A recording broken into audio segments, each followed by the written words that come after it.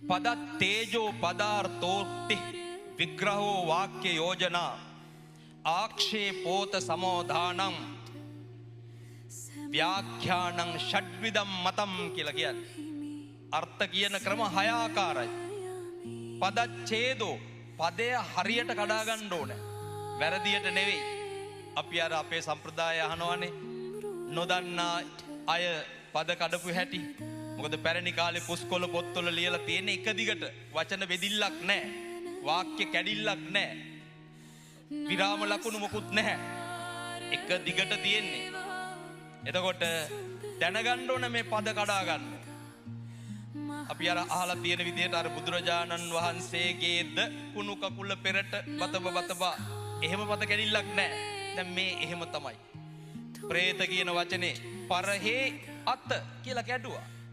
මොන පදනමකින්ද මේ කඩලා තියෙන්නේ? එතකොට මෙන්න මේක තමයි මේ කරන හානිය. පද තේජෝ හරියට පද කඩා ගන්න ඕනේ. ඊළඟට අර්ථ උපද්දන පරිදි ඒ පදේ කඩා ගන්නට ඕනේ. ඊළඟට අර්ථ කියන්න ඕනේ. විග්‍රහෝ ඒ පදේ විග්‍රහ කරන්න ඕනේ. වාක්‍ය යෝජනා ඒ පදය වැකියක් බවට පත් කරන්නට ඕනේ. ඒ විස්තරයක් බවට පත් කරන්න ඕනේ. විස්තර වැකියක්. ආක්ෂේපෝ ඒකේ අඩුපාඩුකම් තියෙනවා නම් ඒ අඩුපාඩුකම් හොයන්න ඕනේ. වෙන වෙන අය පෙන්නලා තිබෙන අඩුපාඩුකම් දැනගන්න ඕනේ.